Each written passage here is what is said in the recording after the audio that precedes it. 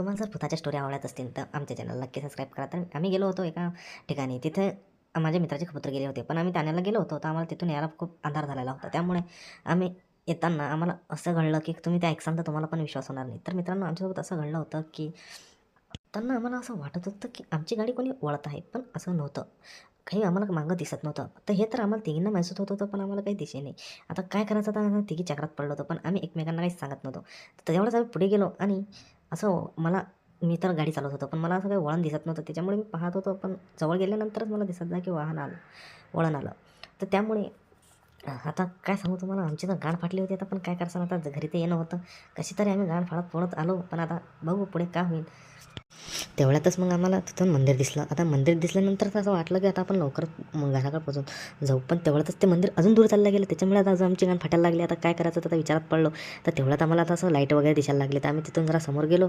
पण तिथून समोर गेल्यानंतर तर 2 झाडं असे हालायला लागले रे बघे, काय सांगू तुला आता. काय केलं तर त्या आम्ही पुढे पाहू आता. तिथून आम्ही गेलो समोर आणि ते झाडं गेलं तर हल्ले ना. आम्ही काय तिथून गेलो, सनसम गाडी काढली आणि पोहोचलो आम्ही गावापर्यंत. आणि गावापर्यंत आल्यानंतर तिघी एकमेकांना सांगू लागलो, रे असं असं झालं. पण आता काय सांगसान, आता दोघींचं तिघी म्हटलं आता लवकर लवकर आता घरी चाला रे भाऊ, आता नाही तर लय मार खासा नाही रे. आता भूत घेतीन घेईन मागून रपाट्यात आणि दिन झोळणं लावून आपल्याला लेडीज, म्हणून आम्ही निघून आलो तिथून मित्रांनो. तर मित्रांनो, अशी तुमच्यासोबत घटना घडली असेल तर आम्हाला नक्की कमेंट करा आणि तुमची स्टोरी आम्ही नक्कीच व्हिडिओला टाकणार. भेटूया पुढील व्हिडिओमध्ये. त्यासाठी बाय बाय मित्रांनो.